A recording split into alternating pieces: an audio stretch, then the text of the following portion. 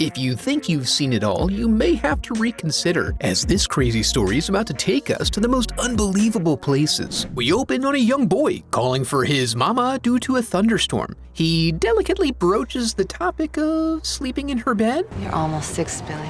Why can't you act like more of a man, boy? In fairness, he does tell her that they come for him in the dark. As a consolation, she does a quick monster check and then gets back to her me time downstairs, as young Billy drifts off to sleep, but then wakes up shortly thereafter with the sense that there's a presence in the room. Some strange phenomena has him calling for his mommy and pulling the covers over his head as something unseen crawls around outside. Whatever it is waits until he's bored enough to pop out again, and then it drags him under. Flash forward 19 years to the big city. We watch Julia just dominating the mean streets on her single speed, and learn via answering machine exposition that she's a well-liked, intelligent woman about town. She takes a break from her dissertation to grace Paul with her presence at their favorite grunge bar. He uses the old push-pull flirting technique, complimenting her a little and then putting her down a little just to keep her intrigued. She then goes hard on the pool table, winning a double or nothing single pocket bet, an obvious precursor to boudoir shenanigans. Unfortunately, they get back to Paul's place to find his burnout stoner friends straight chilling on the couch. They push through this, but then are interrupted by a call. Julia is too important not to answer, but finds out it's just her old friend Billy, looking for a shoulder to cry on. She goes to him, but Paul makes sure that she's aware that he can only wait so long. She arrives at the diner, barely recognizing her haggard, greasy pal. He's come to her because as kids, they both suffered night terrors. He claims these events marked him, and that the entities responsible are back now to take him, since he's all grown up and juicy as hell. He warns her that babies just no, so if she notices disturbed children or flickering lights, she should keep moving. There may be others who are afflicted, but his research has hit a dead end, and he's at the end of his rope mentally, so he takes extreme action to drive out the fear. She turns in for the night at Paul's place, but is awoken that evening by a phone call. On the other end of the line is just some gobbledygook, so she wanders off to see if Paul's in the shower. Turns out it's just a ghost shower that's possibly related to general plumbing issues. Then the lights begin to flicker, and behind the mirror, a gateway to an oily hellscape. The revelation causes her tremendous distress that escalates into a violent attack, which she cannot remember afterward. At Billy's funeral, she meets his old college roomies, Sam and Terry, who have absolutely nothing to offer at this time. Well, you know, he was taking Prozac. I guess it didn't work. Let's take it easy. So she heads upstairs to peruse Billy's research and battery collection. Terry joins her here to try to smooth things over by revealing that they connected with Billy at school due to also having a history of childhood night terrors, the thread that binds them all. On the way home, Julia's spoken word jam mix starts skipping. Did like tiny silver beads and counted before sleeping. Then, from the darkness, some sort of slinky dog beast hops out at her, forcing her off the road. When the electricals then crap out completely, she gives her a once-over and starts yanking on some wires, the light from which seems to spook a critter nearby. The sound of this drives her back into the car, where a vision of Billy startles her right into the path of a passing box truck. This must have run off the creatures, because her ute then fires right back up, and soon she's jamming out to some classic early 2000s butt rock. She gets to Paul's place before he has a chance to put up his mature facade, and it pisses her right the hell off to see him drinking with the boys. I mean, it's not even Saturday. She tries to relay her trauma about possibly hitting something, but she's not sure what, and causing unknown damage to her car. Maybe. But he points out that he's been pulling dead bodies out of mangled vehicles all week in the real world and deserves to blow off some steam. Later, Terry and Sam swing by to drop off Billy's diary to see if Julia can make any sense of it. It's mostly just ramblings about strange somethings that lurk in the dark due to their fear of the light. It's also revealed here that they've all been having recurrences of their night terrors since Billy's passing. Julia brushes this off as a natural reaction to the stress, but recognizing that Julia doesn't remember the severity of what they went through, Terry tells the story of the time she woke up from a childhood night terror to realize the demon she had stabbed in the ass was actually her dad, who she stabbed in the eye. So these feelings returning is no small thing. Looking to reconnect with this, she goes to visit Dr. Booth. her old childhood therapist. He drops some basic info about night terrors for our benefit, since Julia is completing a dissertation in psychology, and suggests recent stresses may be causing her flare-up. Since he don't give away the goods for free, he suggests an official follow-up session to work through this. Once home, Julia heads to the dark, dank storage basement of her building to retrieve a box and sidestep a creeper. Meanwhile, we circle back to Sam making art, I guess, while Terry sits on the couch picking at her weeping leg wound.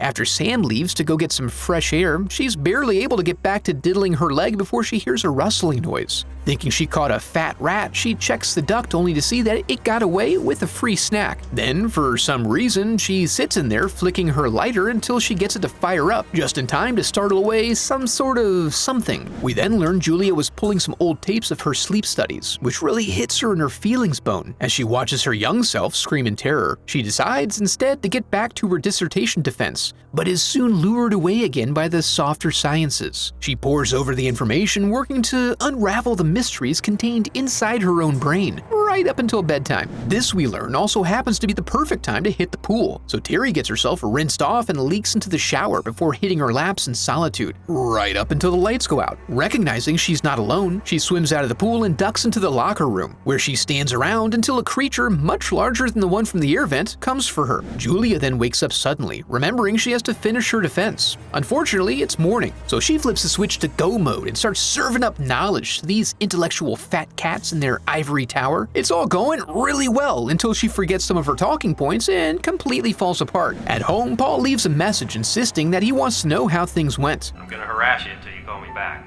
Classic Paul. So when the phone rings again, she jumps right up to grab it, but is surprised to hear Sam. He invites her to what is now his bachelor pad and lets her know that Terry has gone missing. In response, he's been devouring Billy's old diary and says that Billy thinks he was taken to their world and marked as a child. The reappearance of the mark coincided with their return. He suspected they were tracking him in some way and pulled a foreign object from his wound. Now Sam has a mark that's similar to Terry's mark, and your boy is scared. Later at her session, Julia tries striking up a casual conversation with a child. Where's your mom? Heaven. And she learns a valuable life lesson. Sarah confirms she's also aware of some unknown entity coming for her to eat her, and only light seems to keep they away. Julia reveals these learnings to Dr. Bloom, insisting this is not emotional trauma, it's a true physicality. But he suggests she work through the case as a professional, and she basically does his job for him, unraveling the constructs in her mind that make her the way she is. She then submits to a brief exam from Paul to verify if she has a mark that's emerged. When nothing is found, she goes ahead and lets her guard down a little. Back at the studios, Sam starts hearing noises, and we watch as the heat wafts up to pop his sprinklers. He thinks better of rushing out, which is smart because there's a monster approaching from the hallway, and looking for an alternative, he gives up a good thing with the window and instead uses the elevator, which ends up being a Final Destination style death drop to the bottom. He survives this, but is not spared. Then, after some mediocre sex and a fresh humiliation, Julia heads home, where she discovers from the news that the city is suffering from a series of rolling blackouts. They seem to be already affecting her in her apartment, localized inside her closet, where she peers in to find that she has a monster problem. After running out and entering a sketchy bathroom, she realizes she never checked past her hairline. Sure enough, there's a sore there, and following the hints from Billy's diary, she gets up in it to see what she can find. And Yahtzee, she pulls out a tracer, which they don't seem to actually need to locate their prey. So there.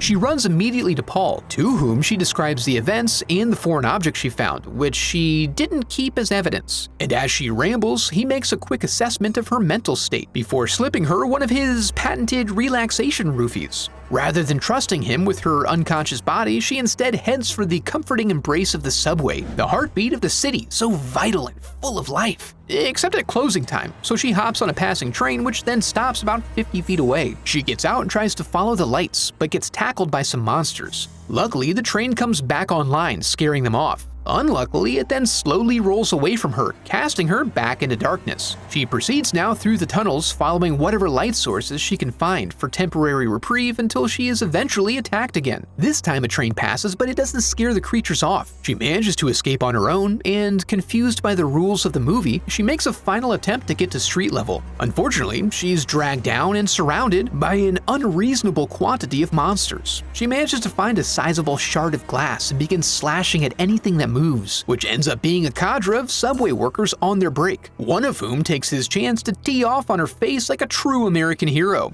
Julia wakes up screaming to find Paul and Dr. Booth both there, trying to calm her and get her back into bed for some much-needed rest. As she goes to stare at them from the window, we find that she's locked up in a mental ward. Then her window breaks and Dr. Booth returns with an orderly to find that she's apparently escaped a locked room, leaving no trace behind. But we see that she's actually trapped behind an invisible wall inside the dark realm, where she has apparently become food to fuel their lithe and oily bodies. If you think you can handle more, be sure to check out this video next. Now that we're here, I want to congratulate you for making it to the end of the video and affirm that you are a very special person because of it. And if you enjoyed the video, I would love for you to become a part of the channel by subscribing. Thanks for watching.